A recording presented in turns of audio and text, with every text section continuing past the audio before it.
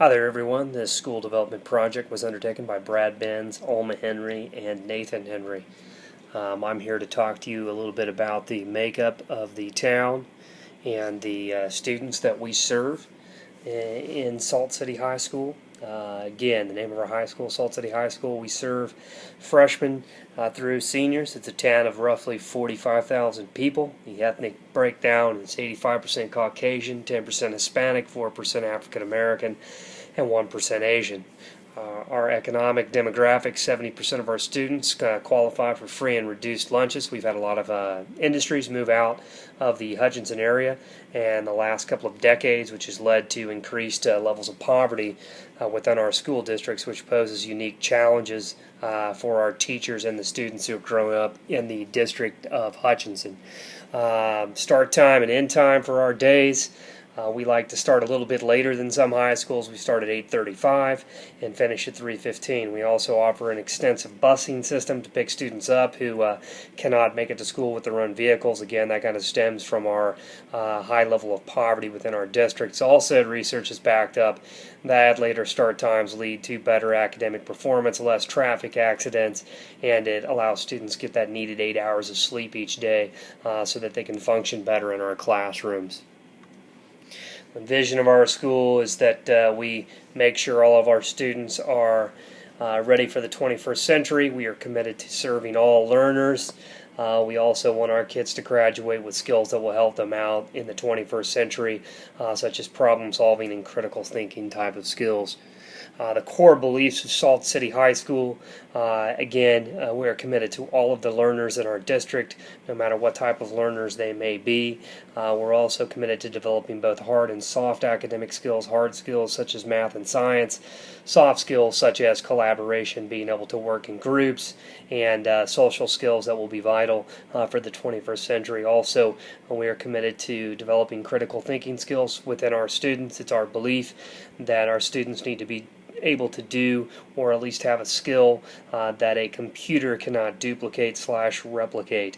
We also want to enhance the written and verbal skills of our students, and when our students graduate, it is our express belief that they should walk through our doors or out our doors, college and career ready upon graduation. The first slide you're looking at is the recruitment and hiring process. We believe at Salt City High that good teachers make the difference, and so we want to hire the best candidates the first time we can. Step one in this process is to identify building needs. We form a committee, and we come up, based on our culture, our climate, the needs of the school, we come up with a job description and characteristics of a potential candidate that would best fit those needs at that point in time. We post that job description on various media outlets such as Twitter, Facebook, our own website, and KSDE. We also organize job fairs, and these job fairs are organized to help us meet maybe future candidates or even fill that particular position that we're looking at that particular time. After candidates submit applications, we do background and reference checks, and once we do background and reference checks, the committee that was formed chooses candidates that they would like to interview. The committee has rules. We go over the rules. We make sure that everybody knows who's asking what questions are going to be asked, and how to evaluate those candidates. Once the formal interview process is taking place, our panel or our committee has criteria that they are grading each candidate on. After each interview, the committee gets together and they decide what they liked, what needed to be improved with each candidate, and ultimately they make the decision. They come to a consensus on who the candidate they would like to choose for that position would be. And the principal, the building leader, has the final say on that. Step 6, the candidate selection occurs, the candidate is selected, a job is offered to them, and then once they accept that position, we have to provide them with support, so we have new teacher support. Moving on over, how do we retain teachers? If you look at the bottom right, it says 46% of teachers are leaving within 5 years. So how do we get these teachers to stay? First thing we do is we have a new teacher mentoring program. And we go 5 days before school starts with that mentoring program, and we go through a variety of different topics from, where's your classroom, take a tour of the building, here's the lunch schedule. We provide them with their keys and computers, but we also, the mentor's there as a sounding board, as an advisor, and as a friend. We then go through 3 days throughout the school of professional development or professional learning, you could call it, where those same new teachers get together with their mentors and they can help them throughout each trimester. We have a trimester schedule each trimester that they're involved in. We also have community leadership study programs where community members, stakeholders in the high school can get together and learn about how to teach leadership, how to be a leader, how to teach leadership. We give professional learning opportunities to many staff members throughout the summer. We give professional learning activities or opportunities to all staff throughout the school year. And of course, we have horizontal and vertical movement to motivate teachers to continue lifelong learning in order to move over on the salary scale. Now, how do we evaluate faculty or certified and classified staff? We use Danielson's informal and formal observation forms to evaluate staff, and we always evaluate online. And so the principal or assistant principals, building leaders will come in.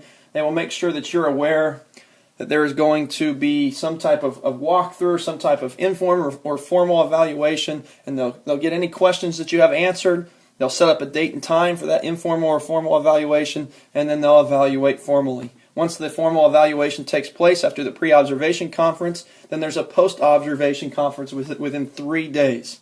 Once those 3 days are over, they make sure that the candidate has an opportunity to correctly and appropriately reflect on how they did based on that observation.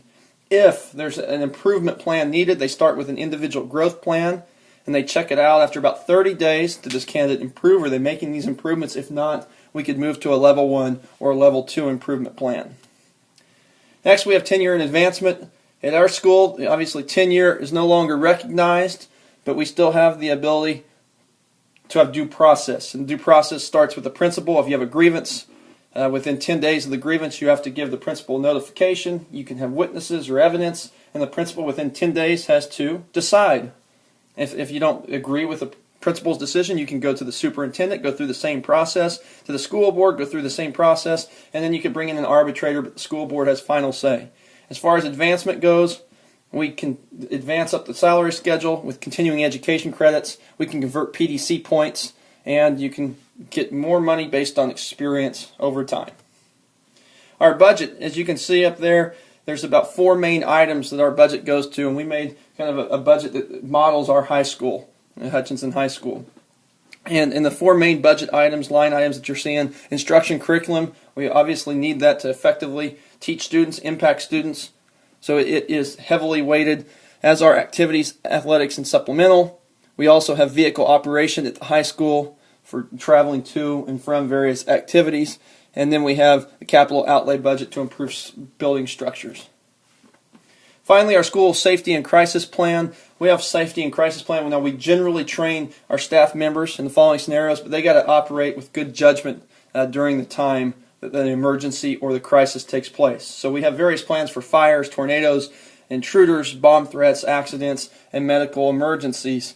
They're trained in each general scenario. We have plans. We have, in each classroom, we have plans put up on walls so they know what location to take people. If there's a fire, if there's a tornado, we go through tornado fire drills. Intruders, we talk about, an active shooter scenario and whether we fight, we hide, or we run, and we allow our employees to make those decisions. But we think it's incredibly important that they're trained and prepared for whatever scenario they're going to see. In cases of accidents or medical emergencies, they know who to contact first.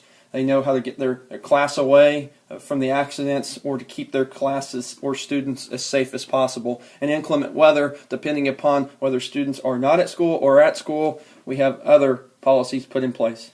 Thank you.